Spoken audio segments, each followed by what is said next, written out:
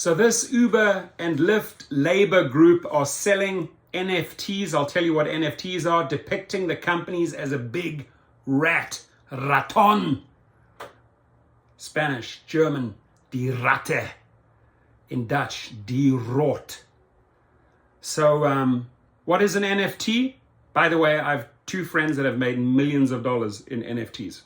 Look into it. Crazy, crazy money if you are a little bit creative, right? An NFT, which stands for non-fungible token, is a unique unit of data employing technology that allows digital content, from videos to songs to images, so to become logged and authenticated on cryptocurrency blockchains, primarily Ethereum. The main impact of NFTs is making it easy to own and sell digital content, right? You may want to look into that. Crazy money. So this picture here, and there's the drivers union, there's the labor union. This is on the money, my friends. Dara the Rat, right? Logan and John the Rats, Tony Zoo the Rat. There he is, a big Raton, eine große Ratte. Right, so let's listen to this piece here. Companies as a big rat. With Massachusetts shaping up to be the next battleground over rights and classification for gig workers, a labor group representing Uber and Lyft drivers is stepping up fundraising and issuing a non-fungible token depicting the gig companies as a giant rat to draw attention to their cause. The NFT, offered by Massachusetts Drivers United, shows drivers and allies holding mallets over a map of the U.S. in a game of whack-a-mole, where new state propositions pop up across the country. The rodent, labeled Big Gig, tunnels underneath the game board. It's intended to symbolize a crusade to roll back worker rights by delivery and ride-hailing companies such as DoorDash Incorporated, Instacart Incorporated, Uber Technologies Incorporated and Lyft Incorporated. The labor group's executive director, Henry de Groot, said in an interview, Uber, Lyft, and their peers have used technology to skirt labor laws and deny app workers basic protections and benefits, de Groot said.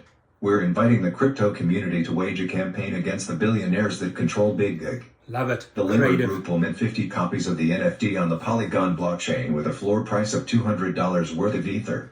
It will list 10 tokens for 24 hours at a time and adjust the floor price higher depending on interest. The tokens will have a built-in royalty of 10%, which will provide continued funding as they're bought and sold. MDU hopes to raise at least $10,000 to ramp up outreach efforts. They will. The last auction will end Monday.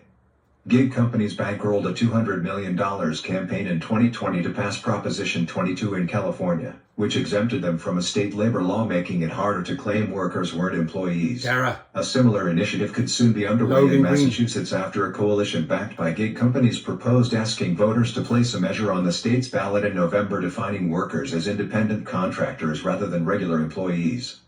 In August, a California judge ruled that Proposition 22 was unconstitutional. The state will defend the ballot measure in an appellate court this year.